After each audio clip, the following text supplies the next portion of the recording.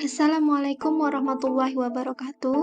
Halo teman-teman, pada kesempatan kali ini kita akan membahas tentang topik 2, yaitu pada mata kuliah Filosofi Pendidikan Indonesia pada bagian koneksi antar materi, pendidikan, dan nilai sosial budaya.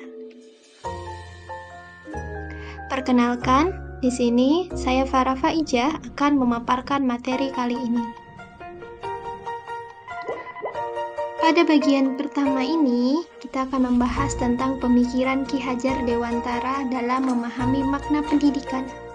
Pendidikan adalah sebagai tuntunan dalam hidup tumbuhnya anak-anak, menuntun segala kodrat yang ada pada anak-anak, agar mereka dapat mencapai keselamatan dan kebahagiaan yang setinggi-tingginya, baik sebagai manusia maupun sebagai anggota masyarakat. Pendidikan sejatinya menuntun pada kekuatan kodrat alam dan kodrat zaman. Kodrat alam di sini diartikan sebagai lingkungan alam tempat tinggal peserta didik berada, baik kultur budaya maupun kondisi alam geografisnya. Sedangkan kodrat zaman di sini diartikan sebagai perubahan dari waktu ke waktu. Guru membekali keterampilan kepada siswa sesuai zamannya agar mereka bisa hidup, berkarya, dan menyesuaikan diri. Bagian penting pemikiran Ki Hajar Dewantara. Yang pertama yaitu sistem Among, di mana sistem ini sebagai suatu pendekatan pendidikan yang menekankan pada proses pembelajaran, metode pengajaran dan pendidikan yang berdasarkan pada asih, asah, dan asuh. Anak harus dituntun untuk mengembangkan dirinya sesuai kodrat dan potensinya, dengan kasih sayang yang tulus, mendampingi, merawat, dan menjaganya, serta doa dan harapan. Selanjutnya, yaitu mengenai peran guru menurut Ki Hajar Dewantara, di mana peran guru di sini terdapat dalam semboyan Ing Ngarso Sung Tulodo, Ing Madya Mangunkarsa, dan Tutwuri Handayani. Ing Ngarso Sung Tulodo di sini di mana di depan memberi teladan. Guru memahami secara utuh tentang apa yang dapat guru bantu kepada murid dan menjadi teladan dalam budi pekerti dan tingkah lakunya.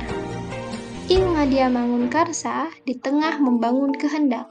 Guru diharapkan mampu membangkitkan semangat, berswakarsa, dan berkreasi bersama murid dengan membuka dialog dengan murid, berperan sebagai narasumber dan penuntun. Dan selanjutnya, Tutwuri Handayani, di belakang memberi dorongan. Guru tidak sekedar memberikan motivasi, tetapi juga memberikan dorongan dan rekomendasi dari hasil pengamatannya, agar murid mampu mengeksplorasi daya cipta, rasa, karsa, dan karyanya. Dalam membangun pendidikan anak, perlu dorongan dari berbagai arah yang disebut dengan trisentra pendidikan. Trisentra pendidikan di sini yaitu sebagai 3 wadah dasar proses pembentukan pendidikan murid. Yang pertama yaitu adalah keluarga. Keluarga di sini adalah sistem kecil di mana anak tinggal dan mendapat pendidikan pertama dan yang terpenting dalam hidupnya. Kemudian, yang kedua yaitu sekolah atau perguruan. Di sini sebagai wadah yang memfasilitasi pengembangan intelektual murid serta menuntun murid untuk menemukan wawasan ilmu pengetahuan yang lebih luas. Yang ketiga yaitu masyarakat atau pergerakan pemuda. Di sini sebagai wadah yang memfasilitasi murid untuk mengaktualisasikan dirinya dan mengembangkan wataknya. Selanjutnya, kita akan membahas tentang refleksi pemikiran Ki Hajar Dewantara berdasarkan pertanyaan-pertanyaan pemantik berikut.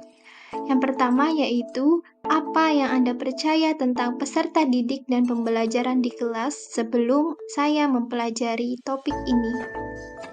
Sebelum saya mempelajari topik ini, hal yang saya percaya mengenai peserta didik dan pembelajaran di kelas adalah sebagai berikut. Yang pertama, Selama ini, saya berpikir bahwa semua informasi atau pengetahuan yang didapat peserta didik hanya berasal dari guru saja. Semua pengetahuan yang ada pada guru dituangkan seluruhnya kepada peserta didik. Yang kedua, ketercapaian kualitas pembelajaran yang paling penting adalah hasil akhir berupa nilai rata-rata pengetahuan yang tinggi. Semua peserta didik dituntut untuk bisa menguasai semua mata pelajaran dengan mencapai nilai di atas ketentuan minimum kelas, sesuai dengan waktu yang ditentukan, berdasarkan rencana yang sudah dibuat tanpa melihat kemampuan awal serta minat dan motivasi peserta didik. Yang ketiga, menganggap kurang pentingnya pemahaman kebutuhan peserta didik dalam memberikan rasa nyaman dan merdeka dalam belajar. Yang keempat, yaitu guru hanya harus memasuki ke dalam kelas dan memberikan pembelajaran sesuai dengan target dan waktu yang direncanakan. Guru memberikan materi dan tugas tanpa ada umpan balik atau refleksi pembelajaran. Yang selanjutnya yaitu pertanyaan pemantik yang kedua, apa yang berubah dari pemikiran atau perilaku saya setelah mempelajari topik ini? Setelah mempelajari topik ini, pemikiran saya tentang peserta didik dan pembelajaran pun berubah sesuai dengan pemikiran Ki Hajar Dewantara. Yang pertama, guru bukan hanya sebagai sumber informasi.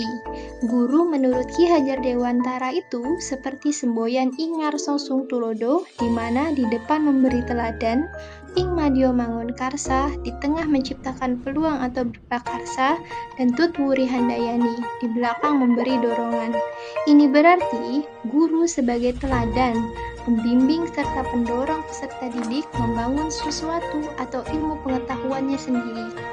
Kemudian yang kedua, penggunaan sistem Among dalam pembelajaran, yaitu pembelajaran yang menjaga, membina, dan mendidik dengan kasih sayang. Kemudian yang ketiga, pentingnya pemahaman tentang pembelajaran sesuai dengan kebutuhan peserta didik, agar dapat menciptakan pembelajaran bagi peserta didik yang sesuai dengan kodrat alam dan kodrat zamannya. Yang keempat, yaitu guru memberikan pembelajaran yang merdeka dan bermakna bagi peserta didik, dan tidak menghalangi kreativitasnya dalam belajar. Kemudian, yang ketiga, apa yang dapat segera saya terapkan lebih baik agar kelas saya merefleksikan pemikiran Ki Hajar Dewantara? Yang pertama yaitu merancang pembelajaran yang interaktif dan sesuai dengan kebutuhan peserta didik. Kemudian yang kedua, menerapkan pembelajaran yang berpusat pada peserta didik. Yang ketiga, yaitu menerapkan pembelajaran sesuai dengan tuntunan kodrat zaman, yaitu sesuai dengan perkembangan pendidikan abad 21 yang meliputi keterampilan berpikir kreatif, berpikir kritis, mampu memecahkan masalah, komunikatif, dan kolaboratif. Kemudian, tidak memaksakan peserta didik mampu menguasai semua mata pelajaran dan membuat pembelajaran yang mampu membangun karakter peserta didik agar dapat menghargai kebudayaan bangsa. Yang terakhir, yaitu menjadi teladan yang baik bagi peserta didik dan dapat memotivasi serta mendorong mereka untuk menghadapi dunia.